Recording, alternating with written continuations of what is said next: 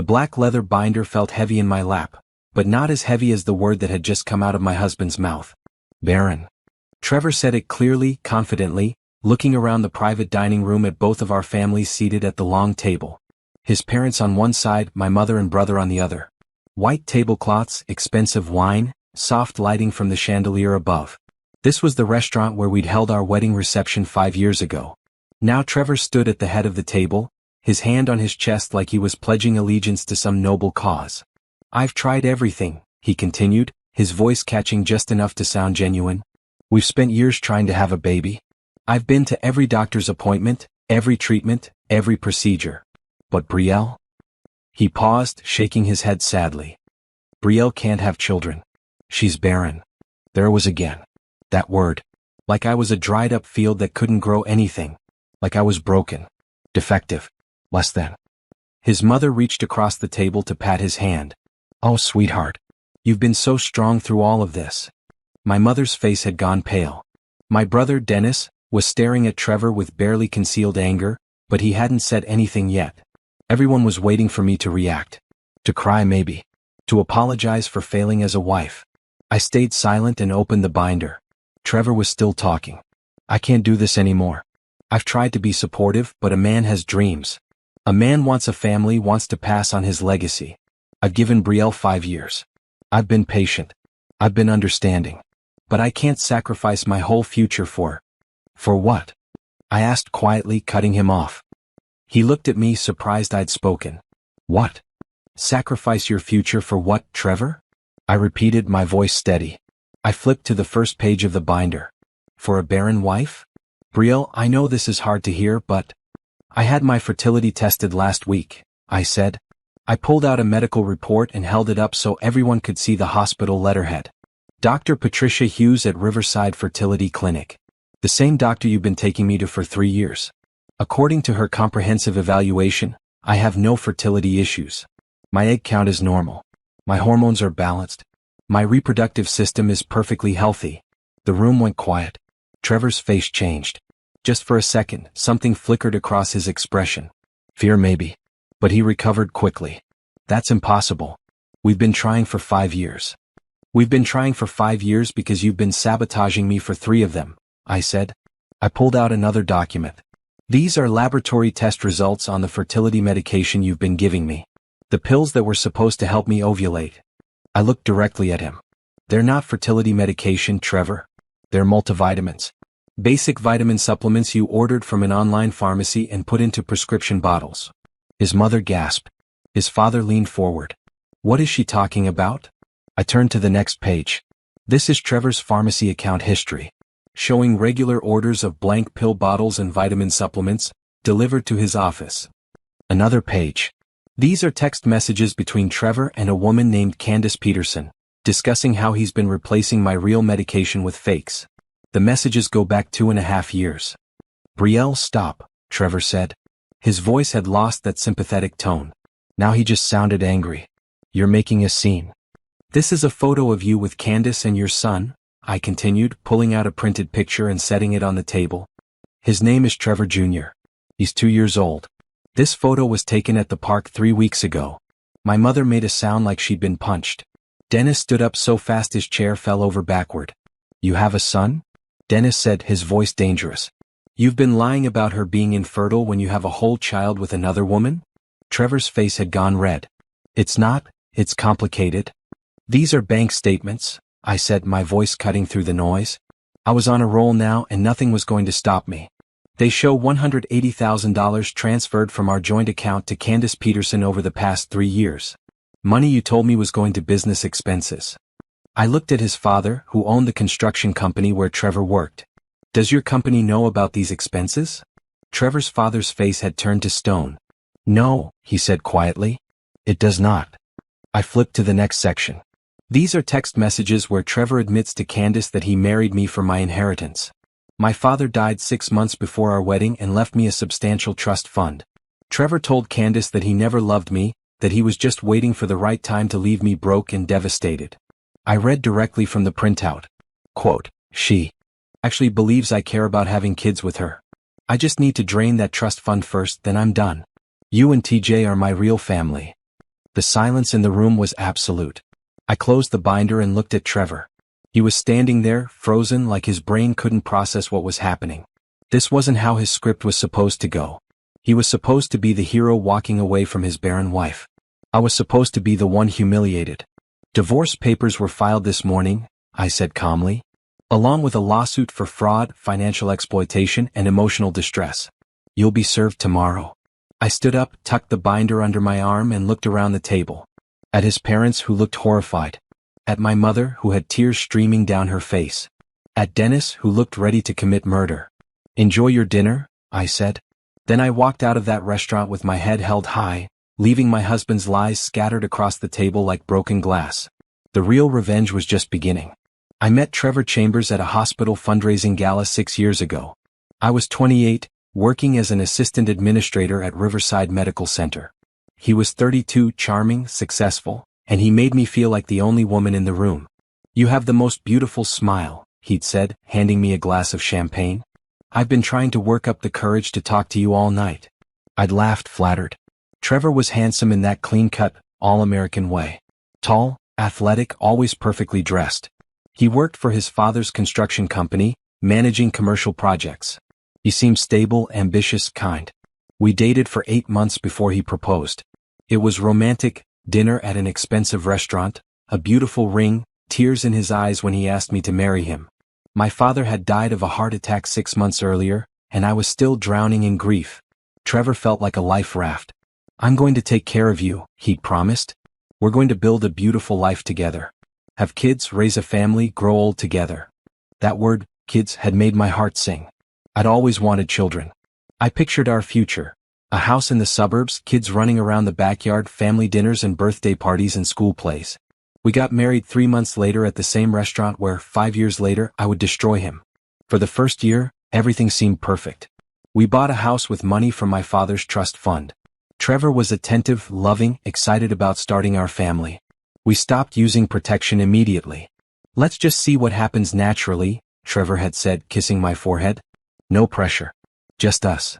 When I didn't get pregnant after 6 months, I started to worry a little. When a year passed with negative test after negative test, I started to panic. Maybe we should see a doctor, I'd suggested nervously. Trevor had been supportive. Of course, baby. Whatever you need. We're in this together. That's how it started. Doctor's appointments became a regular part of my life. Blood tests, ultrasounds, hormone panels. Every month brought another negative pregnancy test and another piece of my confidence crumbling away. Everything looks normal, the first doctor said. Just keep trying. Sometimes it takes time. But time kept passing. 1 year became 2. 2 became 3. Trevor suggested we see a specialist. That's when we met Dr. Patricia Hughes at Riverside Fertility Clinic, one of the best in the state. She ran more comprehensive tests. She put me on medication to help regulate my cycle, to boost my egg production, to increase our chances. These should help, she'd said kindly, writing prescriptions. Take 1 pill every morning. We'll track your progress. Trevor had picked up the medication from the pharmacy. He'd organized my pills in a weekly container, making sure I took them at the same time every day. He'd been so helpful, so caring. We're going to figure this out, he'd promised, holding me while I cried after another negative test. I love you. We'll have our family. But we didn't. Month after month, the tests came back negative. I started to feel like a failure. At family dinners, Trevor's mother would make comments about grandchildren. You know, you're not getting any younger, Brielle. Maybe you should try harder. My own mother would give me sympathetic looks.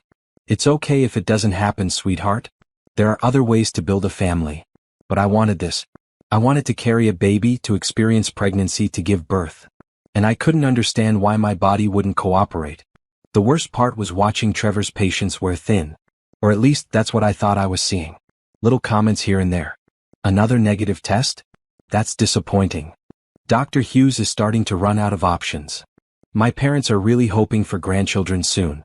Each comment felt like a small cut. Death by 1,000 paper cuts, slowly bleeding out my self-worth. Year 3 became year 4. I'd spent tens of thousands of dollars on treatments, all from my trust fund. Trevor's construction job paid well enough for our regular expenses, but the fertility treatments were expensive. He'd insisted we use my inheritance. It's your dream to have kids, he'd said. Your father would want you to use that money for something that makes you happy. So I did.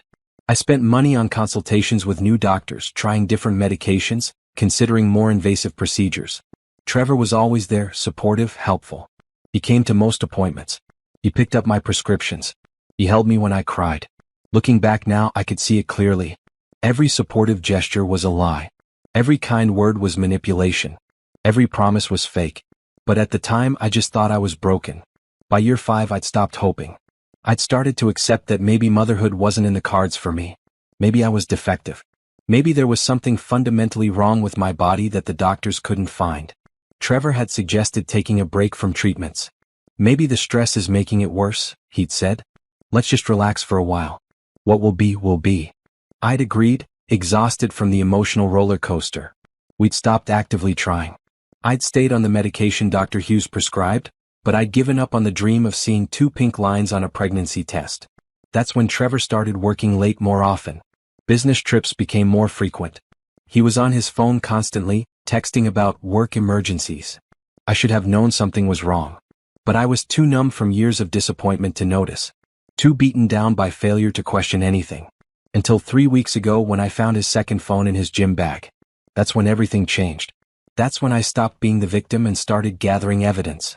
That's when I began planning the dinner that would end my marriage and destroy his lies forever. It was a Thursday afternoon. I'd left work early because of a headache, something that had been happening more often lately. The house was quiet when I got home. Trevor wouldn't be back for hours. He had a client dinner that night, or so he'd said. I changed into comfortable clothes and was about to lie down when I noticed Trevor's gym bag on the bedroom floor. He usually kept it in his car, but he must have brought it in to wash his workout clothes. I picked it up to take it to the laundry room. That's when I heard it, a buzzing sound muffled from inside the bag. A phone notification. I unzipped the bag. Trevor's regular phone was sitting on the nightstand, plugged into the charger. So what was buzzing in the bag? My hands were shaking as I dug through the dirty gym clothes. At the bottom, wrapped in a hand towel, I found a second phone. An iPhone in a black case, the screen lit up with incoming messages. I knew I shouldn't look. I knew it was an invasion of privacy. But something in my gut told me to check. I swiped the screen. No password. The messages were right there. Candace, TJ keeps asking about his daddy. When are you coming over? Candace, I need money for his daycare. The bill is due Friday. Candace, miss you. Last night was amazing. My stomach dropped. I scrolled up, reading message after message. They went back years. 3 years of conversations between my husband and a woman named Candace. My hands were numb as I scrolled through months of messages.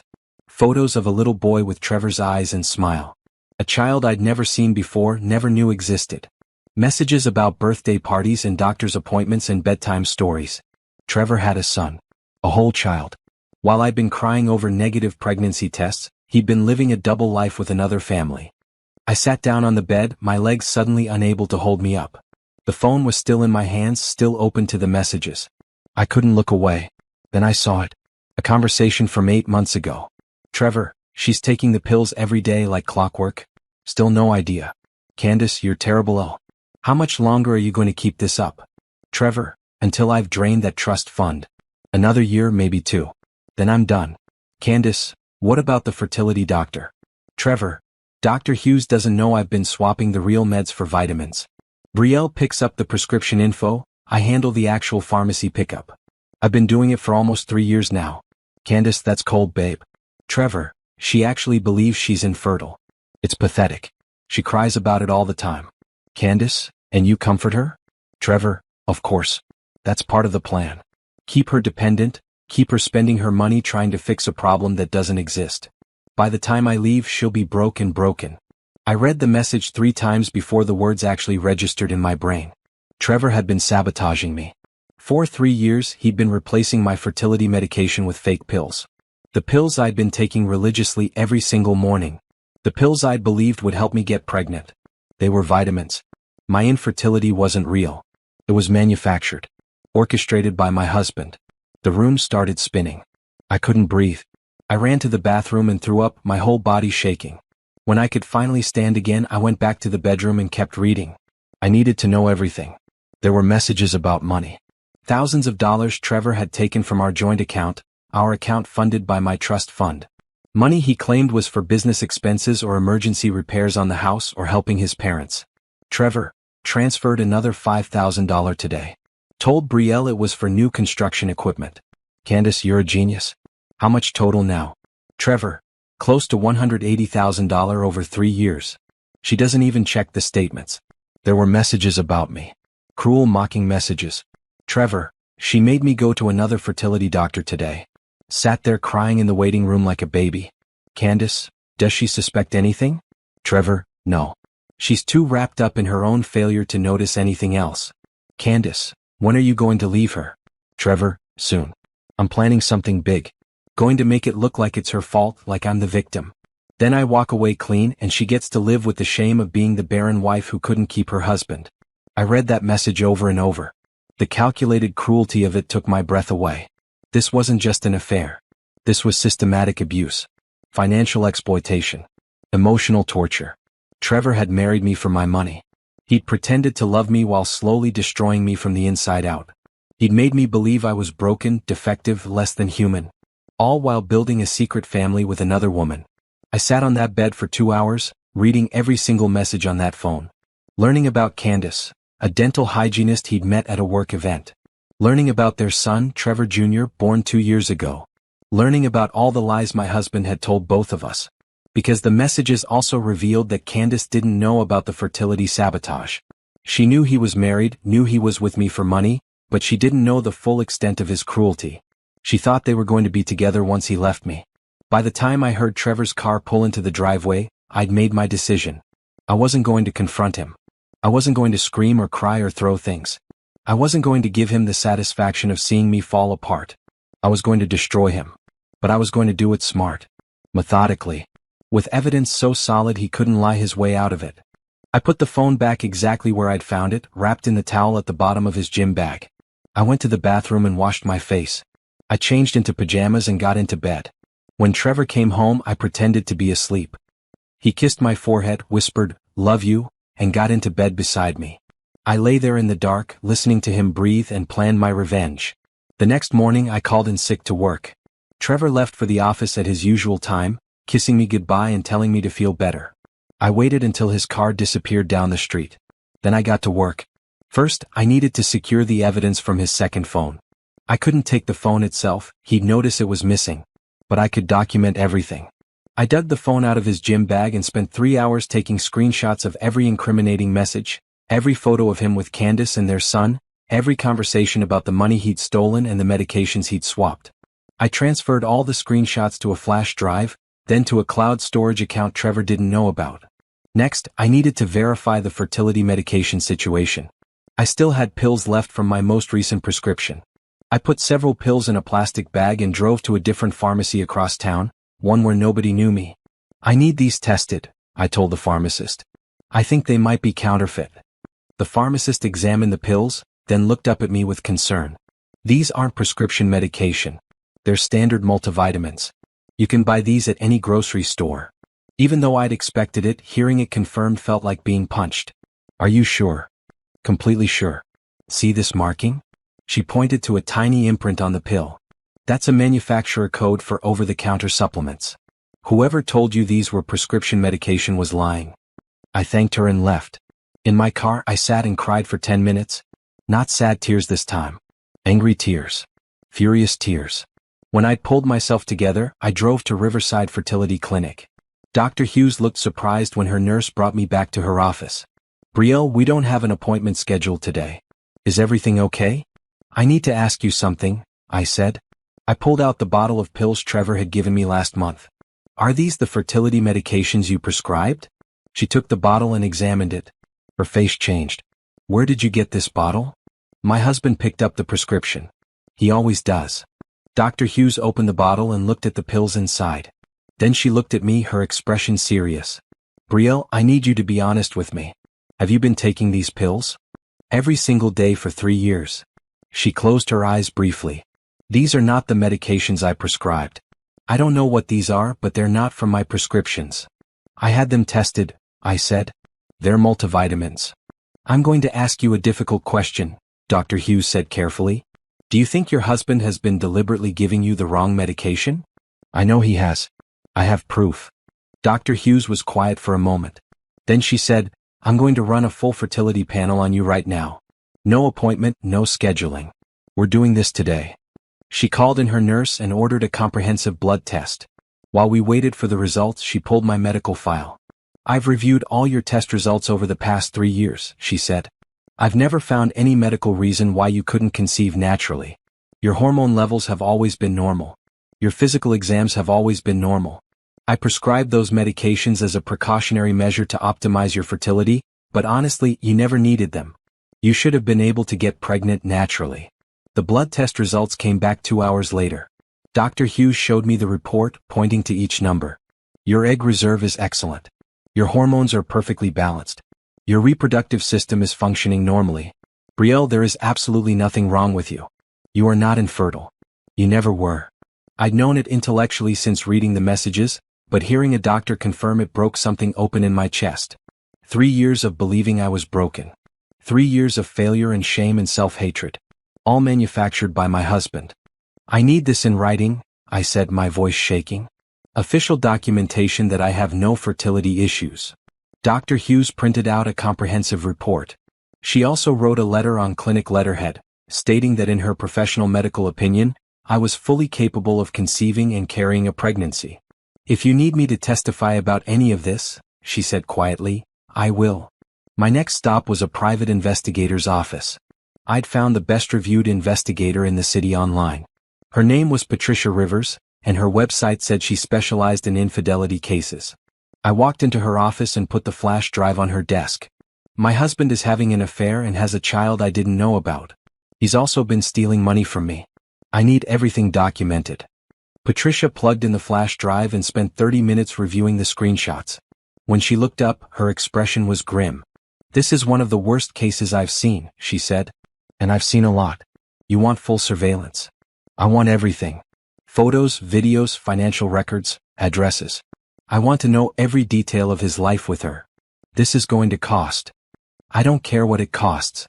Patricia worked fast. Within a week she had everything. Photos of Trevor entering Candace's apartment building.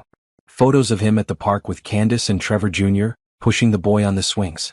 Photos of them grocery shopping together, holding hands like a normal couple. Financial records showing the transfers from our joint account. Patricia had traced the money, $180,000 over 3 years, all going to Candace. Rent payments for her apartment, daycare costs for the child, car payments, shopping trips. Patricia even got me Candace's full information. Her workplace, her family, her social media accounts. I looked at photos of my husband's other life spread across Instagram and Facebook. Birthday parties for Trevor Jr. Date nights with Candace. A whole life I'd known nothing about. The final piece came from my lawyer. I'd hired Monica Brennan, the top divorce attorney in the state. She had a reputation for being ruthless but fair. This is an easy case legally, Monica said, reviewing my evidence. Fraud, financial exploitation, emotional distress. The fertility medication sabotage is particularly damning. We can file for divorce and a civil lawsuit simultaneously. I want to wait, I said. Monica raised an eyebrow. Wait for what?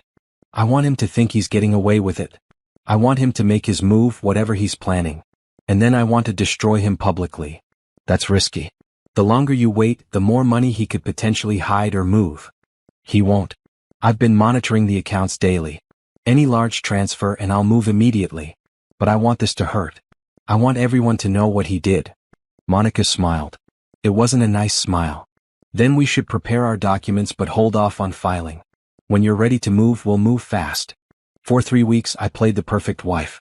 I smiled at Trevor over breakfast. I asked about his day. I took my fake fertility pills every morning like nothing had changed. But every night, I added to my binder. I printed documents.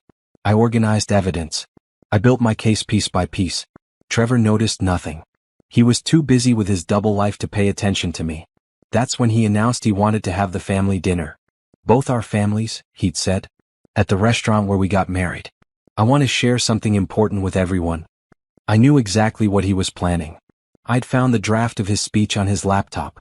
He was going to publicly end our marriage, blaming my infertility, positioning himself as the heartbroken husband who'd tried everything.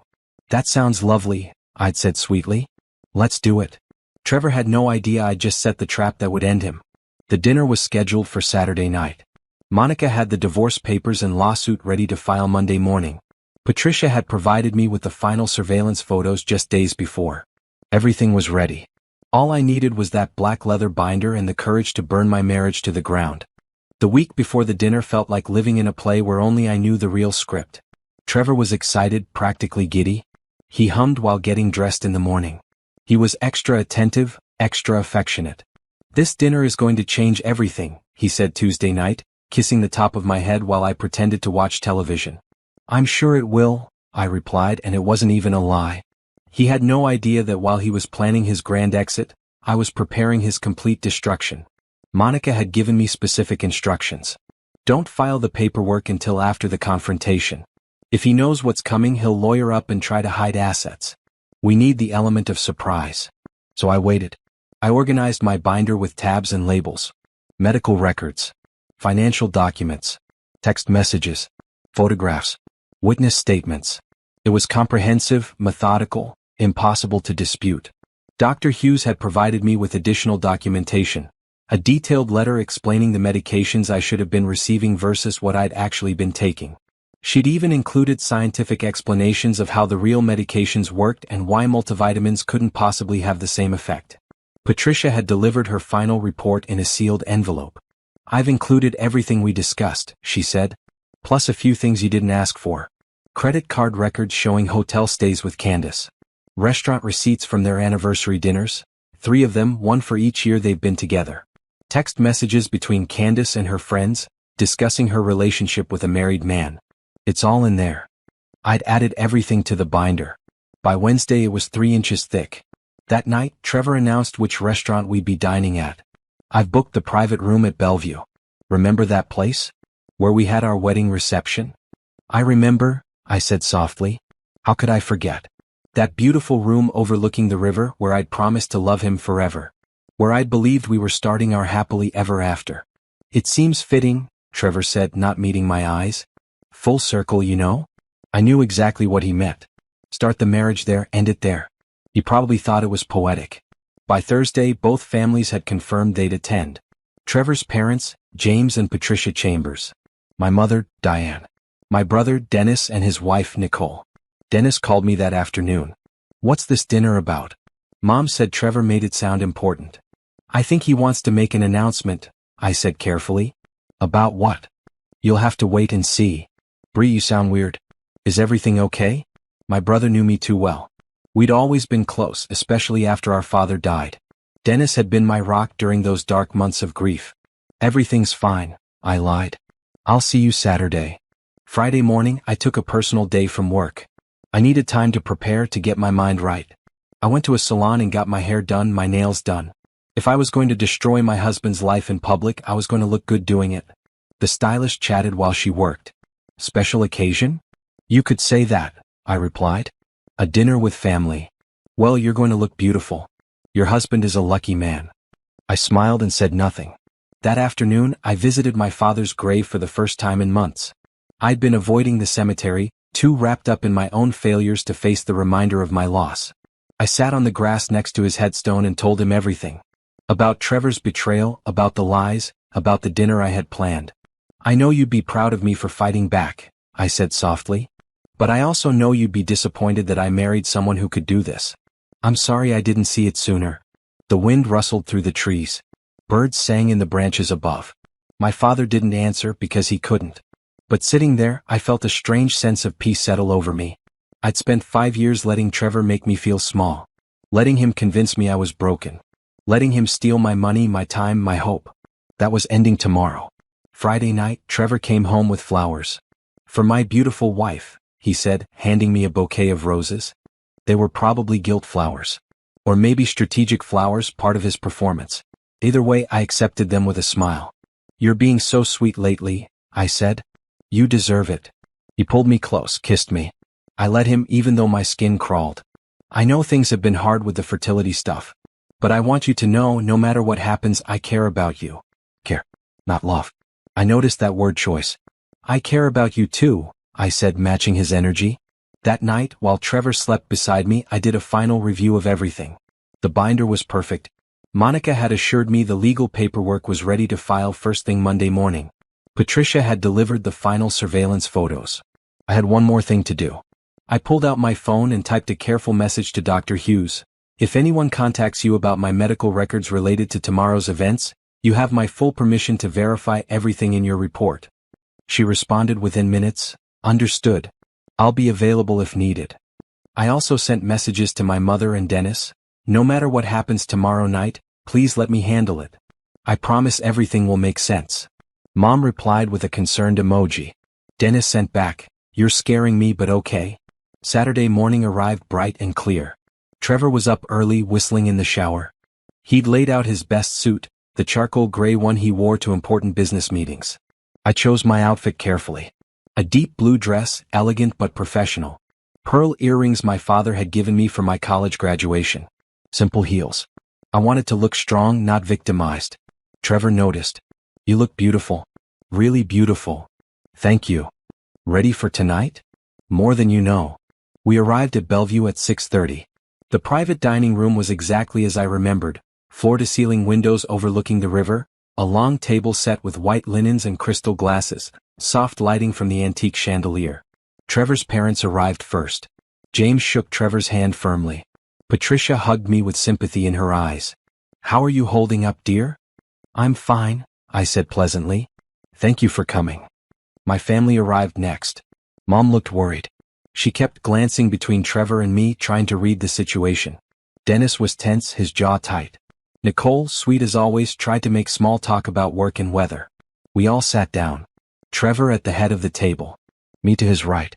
Everyone else arranged around us like we were the king and queen of some tragic court.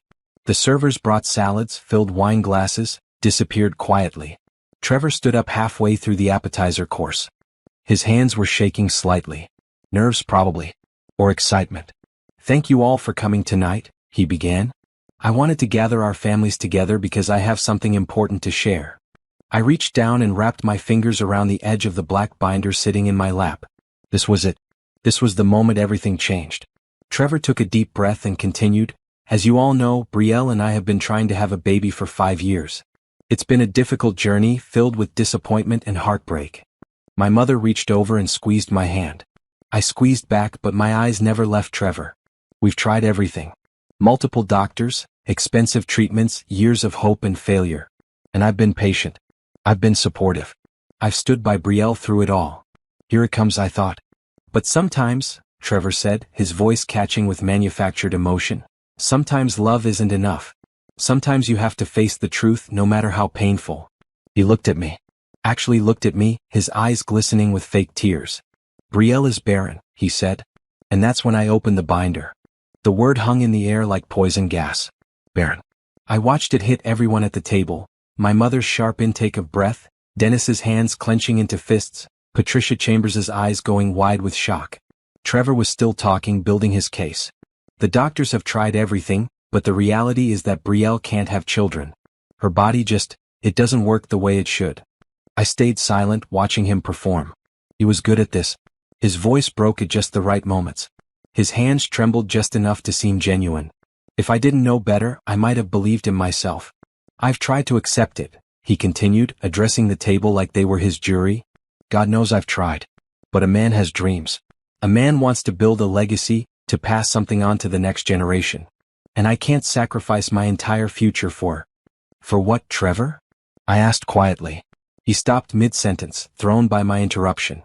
What? You said you can't sacrifice your future for something. I'm asking for what? I placed the binder on the table in front of me. For a barren wife? The room went quiet. Everyone was looking at me now. Trevor recovered quickly. Brielle, I know this is hard to hear. I had my fertility tested last week, I said, flipping open the binder to the first tab section. I pulled out Dr. Hughes's report and held it up so everyone could see the official clinic letterhead. Dr. Patricia Hughes at Riverside Fertility Clinic ran a comprehensive evaluation. According to her professional medical assessment, I have no fertility issues whatsoever. I laid the report on the table and slid it toward Trevor's parents. James picked it up immediately, his eyes scanning the document. My egg count is normal, I continued calmly. My hormones are balanced. My reproductive system is perfectly healthy. Dr. Hughes stated in writing that there is no medical reason I couldn't conceive naturally. Trevor's face had gone pale. That's impossible. We've been trying for 5 years. We've been trying for 5 years because you've been sabotaging me for 3 of them. The temperature in the room seemed to drop 10 degrees. I pulled out the next set of documents. These are laboratory test results from an independent pharmacy. They tested the fertility medication you've been giving me for the past 3 years. I looked directly at Trevor. The pills that were supposed to help me ovulate, the pills I took religiously every single morning. They're not fertility medication, Trevor. They're multivitamins. Basic over-the-counter supplements that you ordered online and put into prescription bottles. Dennis stood up so fast his chair scraped loudly against the floor. What? I kept going, pulling document after document from the binder. This is your pharmacy account history, Trevor. Showing regular orders of blank prescription bottles and vitamin supplements, all delivered to your office. I passed the papers to my brother. The dates correlate exactly with when you told me you were picking up my prescriptions from Dr. Hughes. Trevor's mother, Patricia, had her hand over her mouth. Trevor, tell me this isn't true. Mom, she's making this up. She's confused. I'm not confused. I pulled out my phone and brought up the screenshots. These are text messages between you and Candace Peterson. They go back 2.5 years. Would you like me to read some of them aloud? No. Trevor's voice was sharp. Brielle, stop this right now. This one's from 8 months ago, I read, ignoring him. You wrote, she's taking the pills every day like clockwork? Still no idea. Candace responded, you're terrible. How much longer are you going to keep this up? And you replied, until I've drained that trust fund. Another year, maybe 2. Then I'm done. My mother made a sound like she'd been struck. Her face had gone white. I continued reading. Candace asked, what about the fertility doctor? And you said, dear, Hughes doesn't know I've been swapping the real meds for vitamins. Brielle picks up the prescription info, I handle the actual pharmacy pickup. I've been doing it for almost 3 years now. Stop, Trevor said. His confident demeanor had cracked. He looked panicked now, desperate. Everyone, she's taking things out of context. Here's another message, I said, my voice steady. Candace said, that's cold, babe. And you responded, she actually believes she's infertile. It's pathetic. She cries about it all the time. Nicole gasped. Even she, who always tried to see the best in people, looked horrified. I pulled out a printed photograph and placed it in the center of the table. This is you with Candace Peterson and your son. His name is Trevor Jr. He turned 2 years old in March. The photograph was clear, taken by Patricia's investigator at a public park. Trevor was pushing a little boy on the swings. Candace stood beside him, laughing. They looked like a family. A happy family. Patricia Chambers picked up the photo with shaking hands. You have a child? That's... Trevor started, then stopped. What could he say? The photo was right there. There are more, I said, spreading additional photos across the table.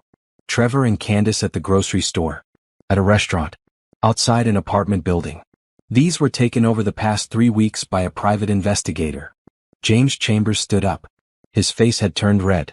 You had us come here tonight to watch you blame your wife for being infertile, when you have a child with another woman? Dad, it's not. Not what? James's voice thundered through the room. Not what we think. Not as bad as it looks? Because it looks like you've been lying to everyone, including your own parents. I wasn't done. I pulled out the financial records. These are bank statements from our joint account. Over the past 3 years, you've transferred $180,000 to Candace Peterson. Money you told me was going to business expenses. I slid the statements to James. Does Chambers Construction know about these expenses? James grabbed the papers, his hands shaking with rage as he reviewed the transactions. No, these are not company expenses. The money came from my trust fund, I said. The inheritance from my father. Trevor told me it was going to equipment purchases, emergency house repairs, helping his parents with medical bills. I looked at Patricia Chambers. Did you have medical bills that needed $15,000 3 months ago? Patricia shook her head, tears streaming down her face. No. We haven't had any medical expenses. I pulled out more printed messages. In these texts, Trevor told Candace about his plan to marry me for my inheritance. He said, and I quote, she actually believes I care about having kids with her. I just need to drain that trust fund first, then I'm done. You and TJ are my real family. My mother was crying openly now. Dennis had moved to stand behind me, his hands on my shoulders like he was afraid I might collapse. But I wasn't collapsing. I was standing stronger than I'd stood in 5 years. Trevor told Candace that after he left me, I'd be broken, I continued.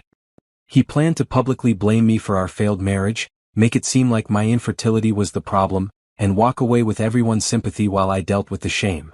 I closed the binder and looked at my husband. His face had gone from pale to gray. He looked like he might throw up. But here's what you didn't plan on, Trevor, I said quietly. You didn't plan on me finding your second phone.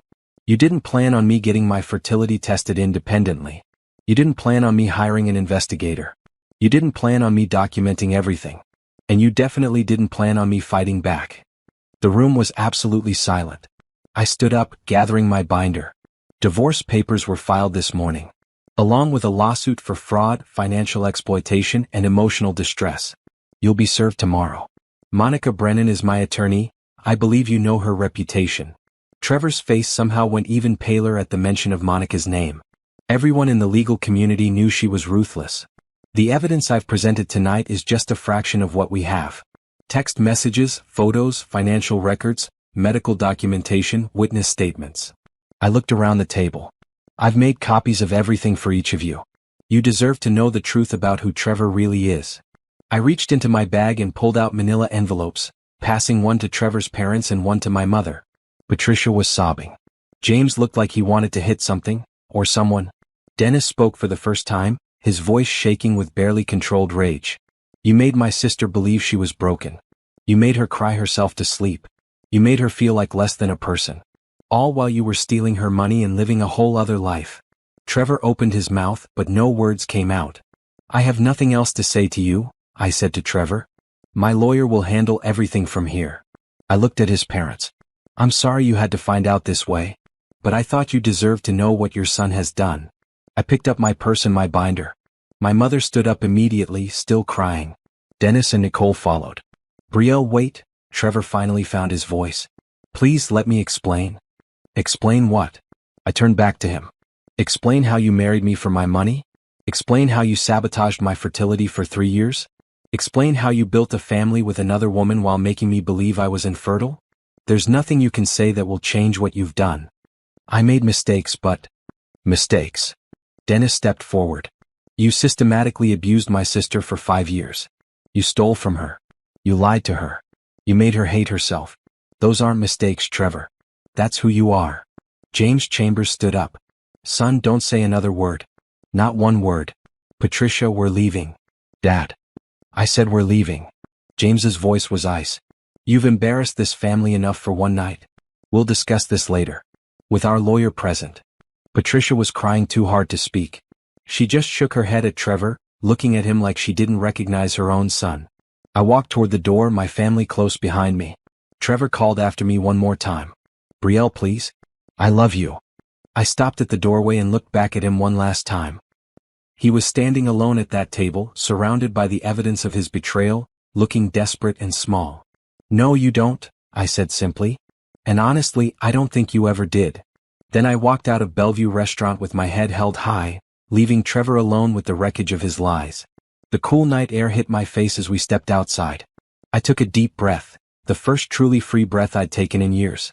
That, Dennis said, his arm around my shoulders, was the most beautiful thing I've ever seen. My mother hugged me tight. I'm so proud of you, sweetheart. So proud. I didn't cry. Not yet. The tears would come later when the adrenaline wore off and the reality of everything hit me. But right now, standing outside that restaurant with my real family around me, I felt something I hadn't felt in a very long time. I felt powerful. The next morning, I woke up in my childhood bedroom at my mother's house. I'd stayed there instead of going home to the house I'd shared with Trevor. Dennis had driven to the house late Saturday night with a police escort and collected my essential belongings, clothes, documents, my laptop, personal items. He tried to talk to me, Dennis had reported. I told him if he came within 50 feet of you, I'd file for a restraining order. Now it was Sunday morning, and sunlight was streaming through the curtains of my old room. For a moment I forgot where I was. Then everything from the night before came rushing back. My phone had been buzzing nonstop since I turned it back on. 37 missed calls from Trevor. 15 text messages, each more desperate than the last. Trevor, please answer. I can explain everything. Trevor, it's not what you think. Let me talk to you. Trevor, I made mistakes but I still love you. Trevor, your lawyer can't do this. We can work it out. Trevor, you're destroying my life over a misunderstanding. I deleted every single message without responding. There were also messages from other people. Patricia Chambers had texted, I am so sorry for what my son has done. You didn't deserve any of this. If you need anything, please let me know. Several friends had reached out, confused. Apparently, word was spreading fast. A few people from Trevor's work had seen him at the restaurant looking devastated and were asking questions. But the message that made me pause was from Candace Peterson. Unknown number, is it true? The things you said about Trevor last night? Someone sent me screenshots of your evidence. I stared at that message for a long time. Part of me wanted to ignore it. This woman had been sleeping with my husband for 3 years. She'd had his child. She'd participated in the destruction of my marriage. But another part of me remembered those text messages where Trevor had lied to her too. Where he'd manipulated her, used her, made promises he never intended to keep. I typed back, everything I presented last night is true. I have documentation if you want to see it. 3 dots appeared immediately, then disappeared, then appeared again. Asterisk Candace, can we meet? I need to understand what's real anymore. I thought about it. Monica had warned me against contact with Candace. Anything you say to her could potentially be used against you, she'd said. But I texted back anyway, Riverside Cafe. 2 p.m. Come alone. Downstairs, my mother was making breakfast. The smell of coffee and toast filled the kitchen. It was comforting, familiar. How many mornings had I sat at this table as a kid, complaining about homework or gossiping about school friends? How are you feeling? Mom asked, pouring me coffee. Honestly? I don't know. Numb, maybe. That's normal after what you went through. She sat down across from me. I still can't believe Trevor did all of that. I thought he loved you. I really did. He fooled everyone, Mom. That was the point. Dennis came into the kitchen, already dressed. I'm heading to the house to get the rest of your stuff. Made a list last night of everything you wanted. Anything else? I thought about it. The house was full of 5 years of memories, most of them now tainted by Trevor's betrayal. My photo albums. The ones from before I met Trevor. And Dad's watch, the one he left me. Got it? Dennis grabbed his keys. Nicole's coming with me in case Trevor shows up. Witnesses. After he left, I took my coffee out to the back porch. My mother's garden was in full bloom. Roses, hydrangeas, lavender. I sat in the same chair I'd sat in as a teenager, processing heartbreaks that seemed so trivial now. My phone rang. Monica. How are you holding up? She asked. I'm okay. Staying at my mom's. Good. I wanted to update you on the legal proceedings. Trevor's been trying to contact my office. Left 4 voicemails yesterday evening and 3 more this morning. What does he want? To negotiate. To talk. To explain. Monica's tone was dry. I've told him all communication goes through me. He's also retained an attorney, Richard Foster from Blackwell and Associates. Should I be worried? Not even a little. Foster's good, but he's got no case. The evidence you provided is airtight. I've already filed preliminary motions. The divorce should be relatively quick, and the fraud lawsuit is solid. Trevor's going to have to return every penny he stole, plus penalties. What about his parents? James Chambers called me this morning. He wants to cooperate fully. Said his son doesn't represent the values of their family, and he's not going to protect him from the consequences of his actions. I felt a wave of gratitude toward Trevor's father. At least someone in that family had integrity. There's one more thing, Monica said. The story is getting out. People are talking. By tomorrow it'll probably be all over your social circles. Are you prepared for that? I don't care if people know. I didn't do anything wrong. That's the right attitude. Hold your head high. You're the victim here, not the villain. After we hung up, I got ready for my meeting with Candace. I chose simple clothes, jeans and a sweater. I wasn't trying to impress anyone or prove anything. I just wanted answers. Riverside Cafe was a quiet spot near the park, the kind of place where you could have a private conversation. I arrived first and chose a table in the back corner. Ordered a coffee. Waited. Candace walked in at exactly 2 o'clock. I recognized her from the photos, petite, pretty, with long dark hair and nervous eyes. She spotted me immediately and walked over. Brielle? She asked quietly. Sit down. She sat, clutching her purse like a shield. Up close, she looked younger than I'd expected. Maybe 26 or 27. Dark circles under her eyes, like she hadn't slept. We stared at each other for a long moment. I didn't know, she finally said. About the fertility stuff. About him sabotaging you. I swear I didn't know. But you knew he was married. She flinched. Yes. You knew he had a wife at home who thought they were trying to start a family. Yes. Her voice was barely a whisper. And you still slept with him. Had his child. Took his money. Candace's eyes filled with tears. I know how it looks. I know you probably hate me. But Trevor told me your marriage was over. He said you guys were separated, just hadn't made it official yet. He said you knew about me, that you'd agreed to let him move on. And you believed that. I wanted to believe it. She wiped her eyes. I was 23 when we met. He was older, successful, charming. He made me feel special. When I got pregnant, he said he was happy that we'd be a family soon. He said he just needed time to finalize the divorce, to make sure the financial stuff was handled fairly. He lied to you too, I said. It wasn't a question. Yeah. Candace laughed bitterly. I got screenshots of your evidence last night. Someone who was at that dinner forwarded them. I read those text messages, saw what he really said about me and TJ. We're not his real family. We're just convenient. A backup plan. What are you going to do? I ended it. Last night after I saw the messages. Told him not to contact me anymore, not to come near me or our son. She looked up at me. I know it doesn't make up for anything. I know I helped destroy your marriage. But I'm done being used. I believed her. Maybe I shouldn't have, but I did. She looked broken in the same way I'd felt broken for the past 5 years.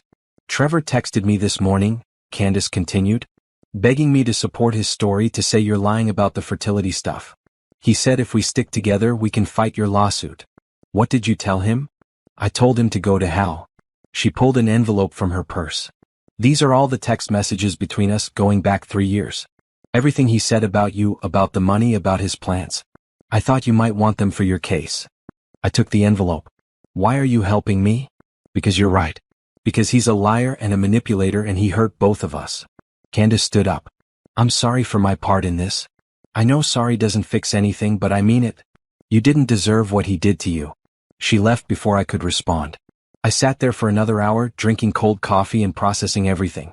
Candace wasn't the enemy I'd built her up to be in my mind. She was another victim of Trevor's lies, just in a different way. My phone buzzed.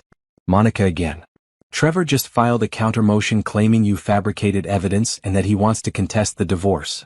I almost laughed. He's actually going to fight this? Looks like it. Foster's arguing that your evidence was obtained illegally, that you violated Trevor's privacy, and that the fertility stuff is a misunderstanding. It's all documented. Dr. Hughes will testify. The lab results are real. I know. And we'll win. But it's going to get ugly before it gets better. Trevor's going to try every tactic he can think of. Are you ready for that? I thought about the past 3 weeks. The investigation, the planning, the binder. The look on Trevor's face when I'd exposed him in front of both our families. I've been ready since I found his second phone, I said. Let him fight. I'm not backing down. That night, lying in my childhood bed, I finally let myself cry. Not for Trevor, I had no tears left for him. But for the woman I'd been. The one who'd believed she was broken. The one who'd apologized for existing. The one who'd spent 5 years hating herself. That woman was gone now. In her place was someone stronger. Someone who knew her worth. Someone who wouldn't let anyone make her feel small ever again. Tomorrow the legal battle would continue. People would gossip and take sides. Trevor would probably try more desperate tactics. But I'd already won the only battle that mattered. I'd taken back my power. The lawsuit hit the news 3 days later. Not because I wanted publicity, but because someone at the courthouse leaked the court filings to a local news blog. By Wednesday afternoon, my phone was exploding with calls from reporters. Hospital administrator files bombshell lawsuit against husband for fertility fraud, read one headline. Local woman claims husband sabotaged her fertility treatments while having secret family, read another. Monica advised me not to speak to the press. Let the evidence speak for itself. Anything you say can be twisted. But the court documents were public record. Anyone could read Trevor's systematic betrayal, the money he'd stolen, the child he'd hidden. The story spread fast through our social and professional circles. My work inbox filled with messages from colleagues. Most were supportive. From my boss, Margaret, take whatever time you need. Your job is secure. What you're dealing with is unimaginable. From my friend Rachel, who worked in billing, I always thought there was something off about Trevor. I'm so sorry you went through this. Let me know if you need anything. But there were other messages too. People who blamed me somehow, who suggested I should have known, who questioned why I'd exposed Trevor so publicly. An old college acquaintance. Seems kind of cruel to ruin his life like this. Couldn't you have handled it privately? A distant cousin. Family matters should stay in the family. This is embarrassing for everyone. I deleted those messages. I didn't owe anyone an explanation. Trevor's response to the publicity was to play the victim.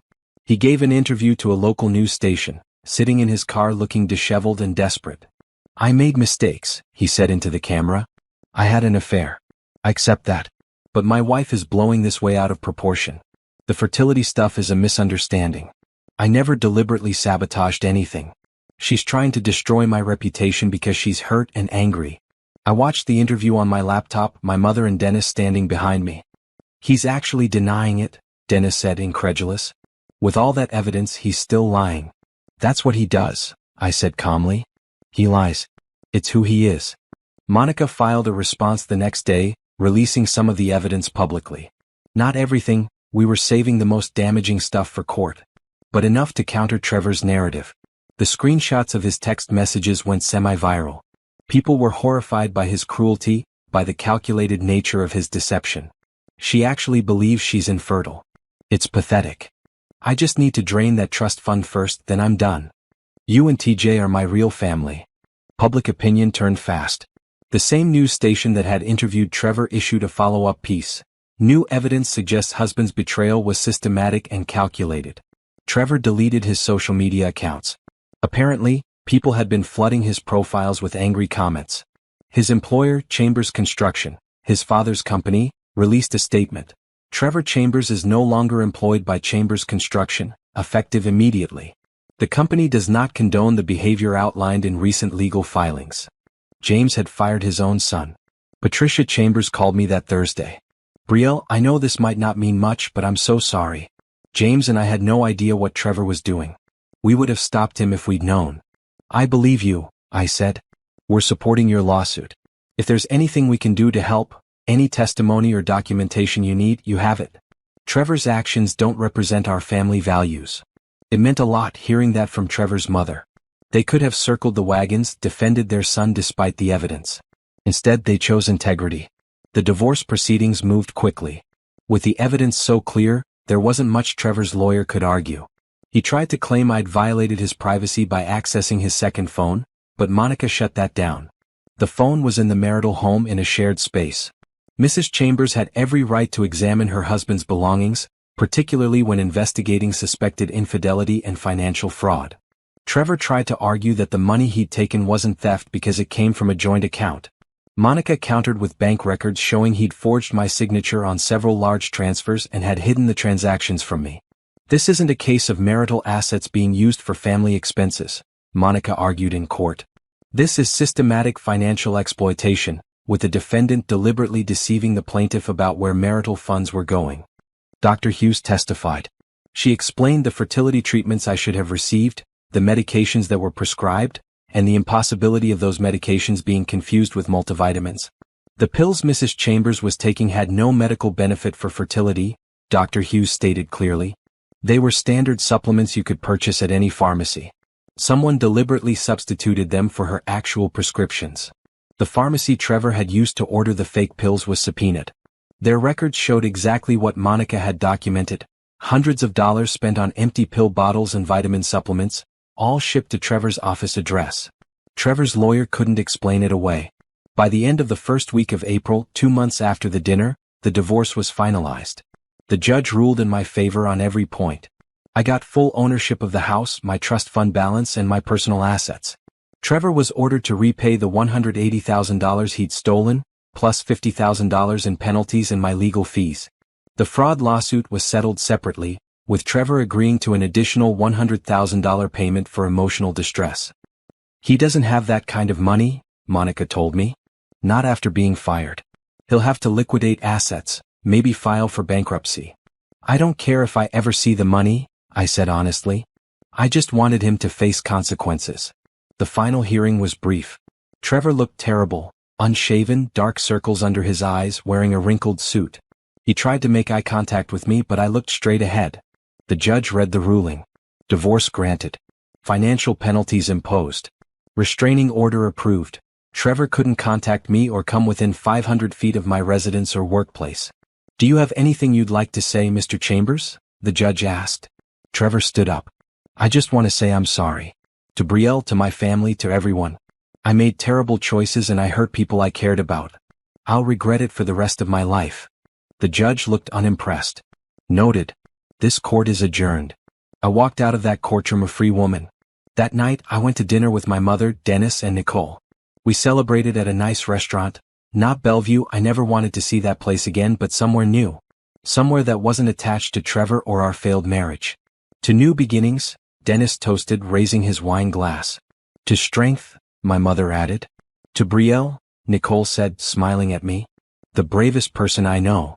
We clinked glasses and I felt something I hadn't felt in years. Not just relief or vindication, but genuine happiness. The weight I'd been carrying for 5 years was finally lifting. I sold the house in May. I couldn't live there anymore, couldn't walk through rooms where I'd cried about my supposed infertility, where I'd believed Trevor's lies. A young couple bought it, they were expecting their first child. The irony wasn't lost on me. I used the money to buy a condo downtown, overlooking the river. Modern, clean, all mine. No memories of Trevor. No ghosts of who I'd been when I'd believed his lies. At work, I threw myself into a project I'd been passionate about for years, creating a comprehensive women's health center. Riverside Medical Center had the space in the budget, but the project had always been on the back burner. Now, with the publicity from my lawsuit bringing attention to women's health issues, the hospital board approved the funding. We want you to lead this, Margaret said. Design it, build the team, make it everything you envisioned. It felt like destiny. All those years of suffering through fake infertility, all that pain, maybe it could help other women now. The center would offer fertility counseling, mental health support, OBGYN services, education programs. Everything a woman might need. I hired the best specialists, created support groups, set up a system where women could get second opinions on medical advice, where they could verify their medications, where they could feel supported instead of isolated. By summer, the center was taking shape. We planned a fall opening. One day in June, I got a message from Candace. We hadn't spoken since that day at the cafe. Candace, I wanted you to know I'm in therapy. Dealing with all of it. And I enrolled in college. Gonna finish my degree.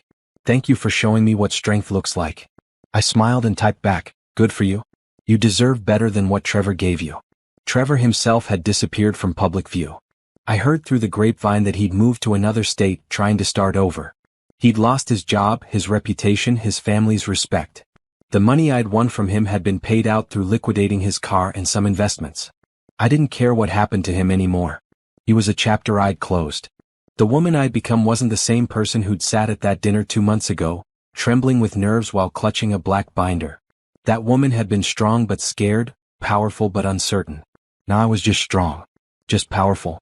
I'd taken the worst thing that ever happened to me and turned it into something meaningful. I'd stopped being a victim and become a survivor.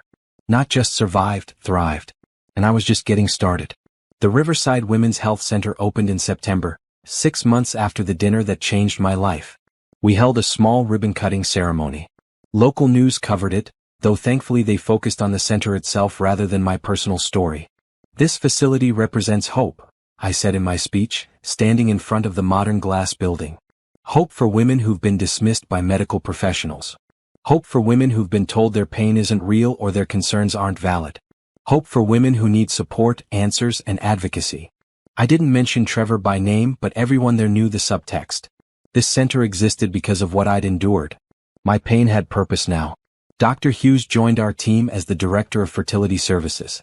I couldn't pass up the opportunity, she said. What you're building here is important.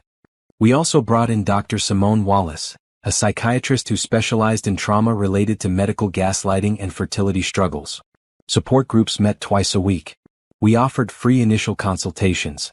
We created educational materials about medication safety and the importance of second opinions. Within the first month, we'd helped over 200 women. Some just needed reassurance that their fertility concerns were being taken seriously. Others needed actual medical intervention. A few, heartbreakingly, discovered they'd been victims of sabotage similar to mine. One woman, Jennifer, came to us in October. She'd been trying to get pregnant for 4 years.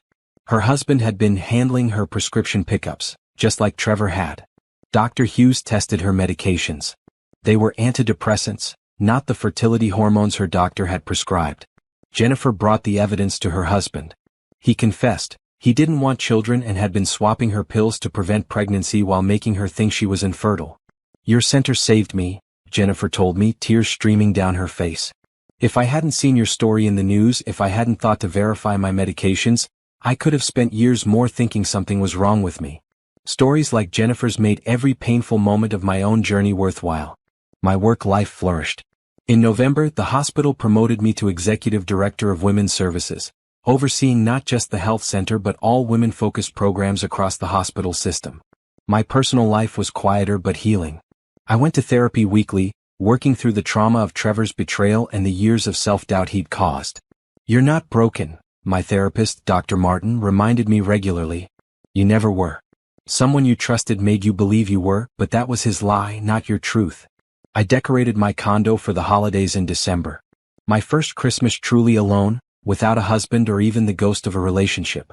I hung lights on my balcony, bought a small tree, baked cookies with recipes from my mother. On Christmas Eve, I hosted dinner at my place for my family. Mom, Dennis, Nicole, and their new baby daughter, my niece, Sophie, born in November. Holding Sophie felt different now. Before, when I'd believed I was infertile, being around babies had hurt. Each one had been a reminder of what I couldn't have. Now I held my niece and felt only joy. Pure, uncomplicated joy. "You're a natural," Nicole said, watching me rock Sophie to sleep. "Maybe someday," I said. "But I'm okay if it's not for a while. I have other things to focus on right now." And I did. The health center was expanding. We were adding a mobile clinic to reach underserved communities. I was writing a proposal for a statewide database of verified fertility medications, making it harder for anyone to do what Trevor had done to me. In January, a year after I'd discovered Trevor's betrayal, I received a letter. It was from him. My first instinct was to throw it away unread. I had a restraining order. He wasn't supposed to contact me. But curiosity won out. I opened it. "Dear Brielle, I know I'm not supposed to write to you. I know you probably don't want to hear from me. But I needed to try. I'm in therapy now, working on understanding why I did what I did. My therapist says I'm a narcissist, that I use people to feel powerful because I felt powerless inside. I don't know if that's true or if it's just an excuse. What I do know is that I destroyed the best thing in my life. You were kind, loving, genuine. And I threw that away for money and ego and some twisted need to feel in control. I'm not asking for forgiveness. I don't deserve it. I'm not asking you to respond or acknowledge this. I just wanted you to know that I see it now. I see what I did, how much I hurt you, and I'm sorry. I heard about the health center. I'm proud of you for turning your pain into something that helps others. You always were stronger than I gave you credit for. I hope you're happy. I hope you found peace. I hope someday you can think about the good parts of our marriage without the pain I caused overshadowing everything. I'm sorry, Brielle. For all of it. Trevor." I read the letter 3 times. Then I put it through my paper shredder. Maybe Trevor had changed. Maybe therapy was helping him become a better person. Maybe his apology was genuine. It didn't matter. He'd had years to be a good husband, to treat me with respect, to love me honestly. He'd chosen manipulation and betrayal instead. Now he got to live with those consequences. I didn't need his apology to heal. I'd already done that work on my own. I forwarded a copy of the letter to Monica, documenting his violation of the restraining order. She filed a complaint, and Trevor was warned by the court that any further contact would result in legal consequences. I never heard from him again. By February, 1 year after the dinner, my life looked completely different. New home, new position at work, new sense of self. I'd lost a husband but gained so much more. My confidence, my power, my future. The health center was thriving. We'd helped over 1,000 women in just 5 months. Stories of lives changed, medical issues caught early, women empowered to advocate for themselves. I started speaking at conferences about medical advocacy and the importance of verifying medications and second opinions. My story resonated with people. Not just women who'd faced fertility struggles, but anyone who'd ever been gaslighted or manipulated or made to doubt their own reality. "You took something terrible and made it meaningful," one woman told me after a conference presentation. "You're helping so many people." That's what revenge really looked like, I realized. Not violence or public humiliation, though the dinner had certainly been humiliating for Trevor. Real revenge was building something beautiful from the ashes. Taking the power someone tried to steal and using it to help others. Trevor had wanted to leave me broken. Instead, I was successful and strong. He'd wanted me to believe I was worthless. Instead, I discovered my value. He'd wanted to be the one everyone sympathized with. Instead, he'd lost his job, his reputation, his family's respect. The best revenge wasn't making him suffer. It was making him irrelevant. I rarely thought about Trevor anymore. When I did, it was with a detached sort of pity. He was a small, insecure man who tried to make himself big by making me feel small. He'd failed. I was bigger, stronger, better than I'd ever been when I was married to him. And I was just getting started. The first time I saw Dr. Jerome Mitchell was at a fundraising gala for the health center in March. We'd been open 6 months and were raising money for the mobile clinic expansion. He was standing near the bar talking to Dr. Hughes. Tall, with warm brown skin and an easy smile. He looked relaxed in his tuxedo, laughing at something Patricia had said. "Brielle?" Dr. Hughes waved me over. "I want you to meet Dr. Jerome Mitchell. He's a fertility specialist from Chicago, in town for a medical conference.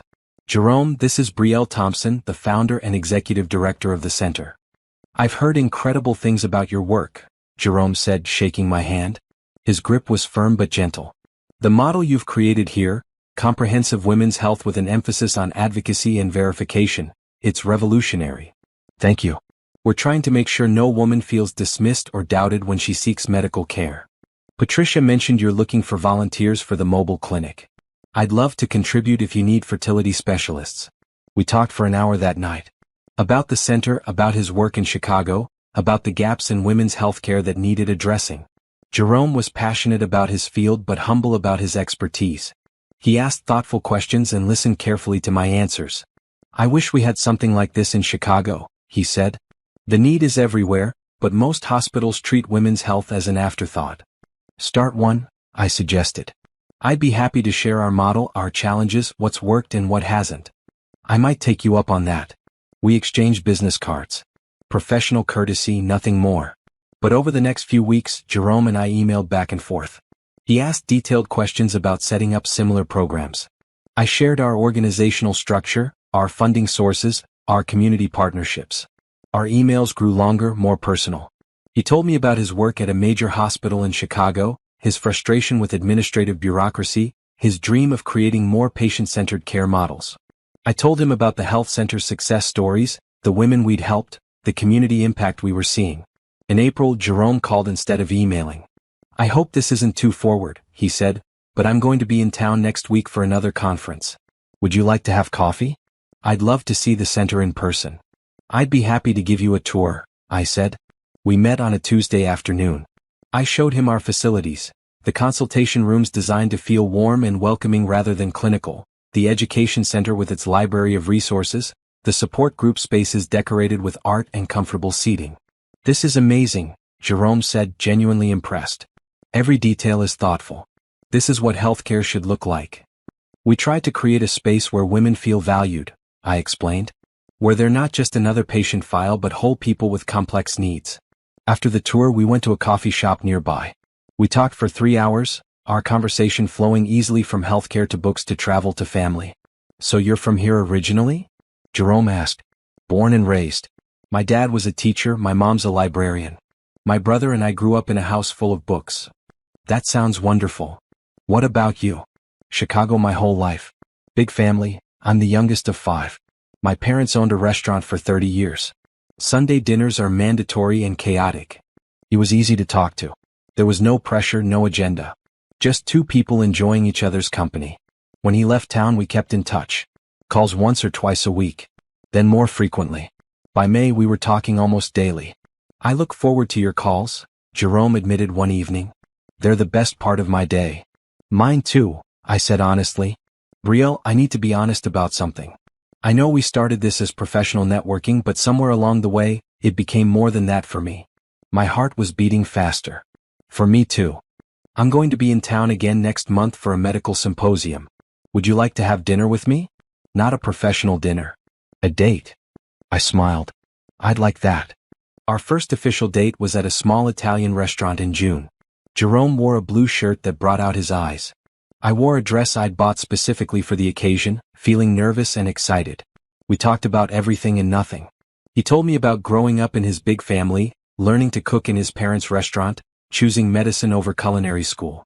I told him about my father's death, my work at the hospital, my passion for advocacy. I didn't tell him about Trevor that night. That story could wait. Jerome walked me to my car after dinner. I had a really great time, he said. Me too. Can I see you again? Tomorrow maybe? I'm in town until Sunday. We spent the entire weekend together.